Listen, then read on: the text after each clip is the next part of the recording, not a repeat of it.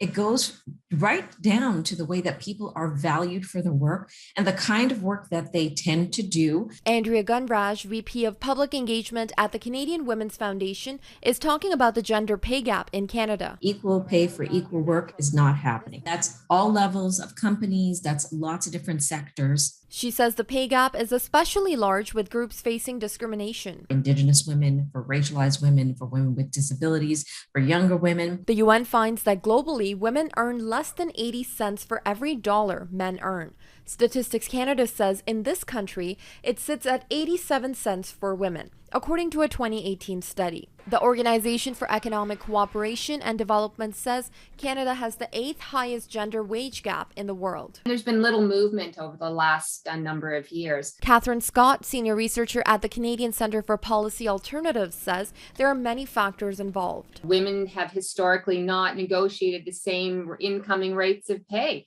lack of pay transparency, actual discrimination. Women are disproportionately represented in lower paid occupations. Women who have made it, been successful tend to be concentrated in HR or legal, not in finance or the management. Women as well tend to devote fewer hours to paid labor because they have other competing responsibilities. Something she says we saw more of during the pandemic, with women juggling work, homeschooling, and childcare. In the past few years, policymakers have taken some steps, such as increasing the minimum wage to help narrow the gaps. And more recently, the federal government unveiled a Pay Equity Act for federally regulated employees, which Scott says will be a slow process. Women may not see actually adjustments in pay upwards, for 10 years or more. Most women in Canada are not covered by that legislation. Scott and Gunraj say policymakers need to take a more intentional approach if they want to narrow the gap faster. Sharmeen Somani, Global News.